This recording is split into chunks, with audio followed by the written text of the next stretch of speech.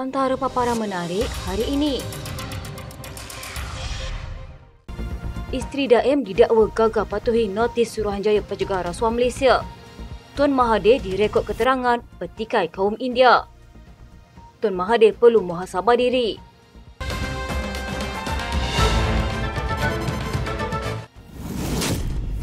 Isteri bekas Menteri Kewangan Daim Zainuddin didakwa di Mahkamah Seksyen Kuala Lumpur atas tuduhan gagal mematuhi notis SPRM untuk mendedahkan asetnya. Naimah Abdul Khalid didakwa mengikut Seksyen 36(2) Akta SPRM 2009 dan boleh dipenjara sehingga 5 tahun dan didenda sehingga RM100,000 jika didapati bersalah. Dia didakwa melakukan kesalahan itu dengan memberikan akuan bertulis bersumpah yang tidak mematuhi notis SPRM di bawah Seksyen 36(1) Akta SPRM. Bagaimanapun, Naimah mengaku tidak bersalah sejurus tuduhan dikemukakannya terhadapnya di hadapan Hakim Azura Alwi. Mengikut pertuduhan, dia didakwa dengan sengaja memberikan satu pernyataan bertulis dengan bersumpah yang tidak mematuhi terma notis bertarikh 8 November 2023 yang dihantar kepada beliau oleh pegawai SPRM berpangkat Pesuruhjaya pada 14 November 2023 iaitu dengan tidak mengisytiharkan harta.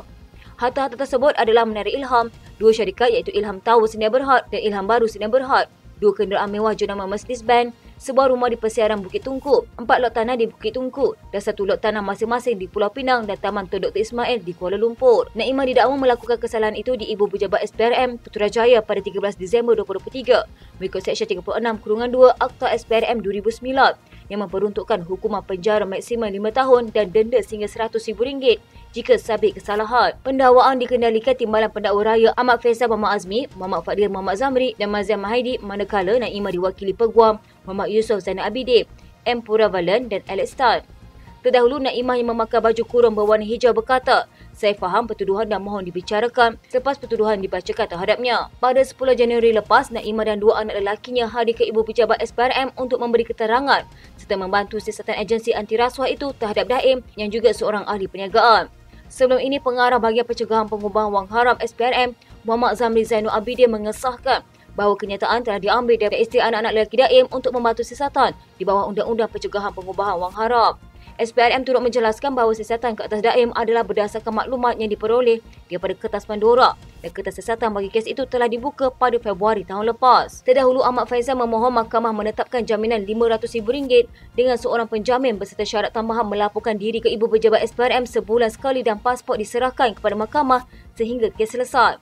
Muhammad Yusof bagaimanapun memohon jaminan lebih rendah sebanyak RM250,000 selain membantah penyerahan pasport kepada mahkamah atas alasan anak guamnya bukanlah seorang yang risiko melarikan diri. Azura membenarkan Naimah diikat jamin RM250,000 dengan seorang penjamin serta syarat tambahan pasport diserahkan kepada mahkamah sehingga kes selesai selain menetapkan 22 Mac ini untuk sebutan semula kes.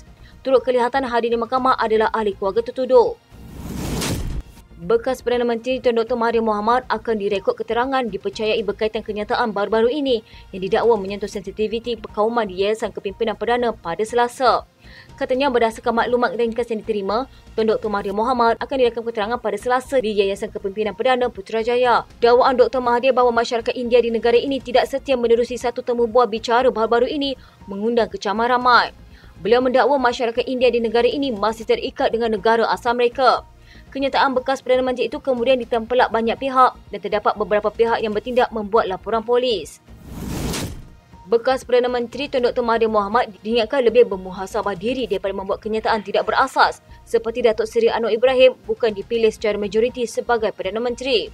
Menteri Komunikasi Fahmi Fadzil itu berkata, Mahathir perlu merenung kembali kekalahan yang dilangkaui pada PRU15 sehingga hilang deposit manakala Anwar berjaya merampas Parlimen Tambun.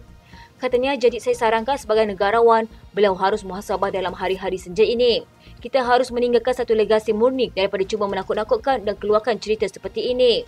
Beliau mengulas kenyataan Mahathir yang mendakwa Anwar dilihat terpaksa menggerakkan siasatan terhadap individu tertentu kerana kedudukannya sebagai Perdana Menteri adalah dilantik secara kebetulan dan bukan dipilih secara majoriti oleh rakyat. Malah Mahathir berkata sepanjang pentadbirannya, Anwar dilihat tidak berjaya menangani isu ekonomi, politik dan masalah sosial, termasuk takut dengan bayang-bayang sendiri, khususnya melalui urat-urat wujudnya langkah Dubai. Sementara itu, Fahmi menafikan wujud campur tangan orang dalam kerajaan membabitkan siasatan Suruhanjaya Pencegahan Rasuah Malaysia. Katanya SPRM bebas lakukan sebarang siasatan yang dirasakan wajar. Kita tidak masuk campur. Jadi terserah kepada SPRM untuk lakukan sebarang tindakan yang berlandaskan undang-undang yang dirasakan perlu dan wajar. Beliau turut menyifatkan Mahathir hanya cuba bermain persepsi apabila mendakwa serta SPRM terhadap individu tertentu bersikap politik dan dendam. Sekian berita hangat di TV pada hari ini. Jangan lupa untuk follow Facebook Malaysia Deadline dan YouTube Deadline TV.